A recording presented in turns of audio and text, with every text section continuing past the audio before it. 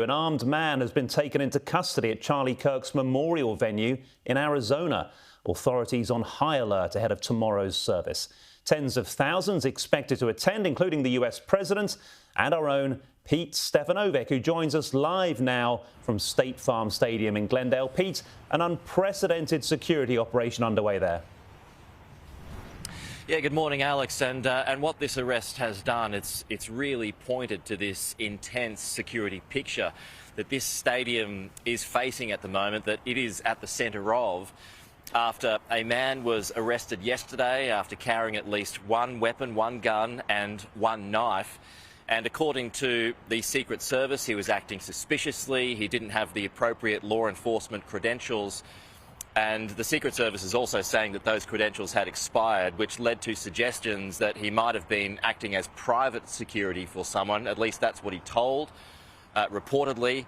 Yet that's what he told to the Secret Service who were here. I've since been told that he was doing private security or in fact a bodyguard for a social media influencer who was here yesterday before this whole place was shut down.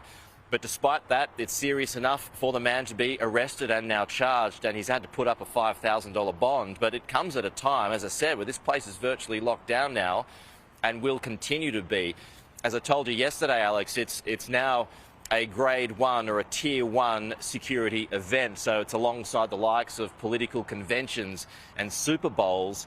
The difference is that a city has a year or 2 years to prepare for a Super Bowl, whereas the authorities have only had a week here to get things ready. So that just gives you an idea of how much pressure the forces and the various levels of security are under here, remembering that it's local police, it's state police, it's the CIA, it's the Secret Service. They are all trying to control upwards of 100,000 people who might be here tomorrow, not just in the stadium, but all these places where folks are expected to gather. This is the security situation that people will face tomorrow, at least according to a security agent who I spoke to a little earlier. Can you take us behind the scenes and how that's being arranged right now? Since the day that we were told that this event was taking place here in Glendale, we have been meeting around the clock. My phone has been going crazy, as you can imagine. We have had nonstop meetings. Personnel from every department across the valley have been meeting, planning, coordinating, figuring out the schedules, who's going where, who's doing what, who's handling what. Obviously, the city of Glendale takes lead because this is our city, but we are working in conjunction with all of these agencies.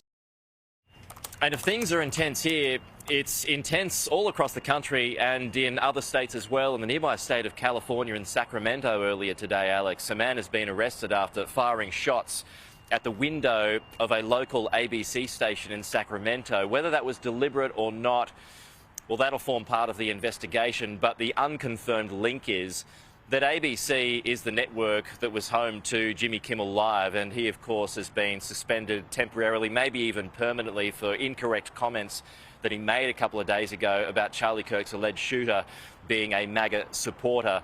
So that story is continuing to rumble on, and Karoline Leavitt, the White House spokesperson, she was on Fox a little earlier today, hitting back at comments that the former President Barack Obama made a few days ago about what he claims is the Republicans' problem about cancel culture. So Karoline Leavitt hit back at that today.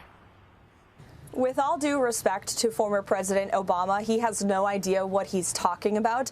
The decision to fire Jimmy Kimmel and to cancel his show came from executives at ABC. That has now been reported, and I can assure you it did not come from the White House, and there was no pressure given from the President of the United States. And it was a decision that was made by ABC because Jimmy Kimmel chose to knowingly lie to his audience on his program about the death of a highly respected man when our country is in a state of mourning.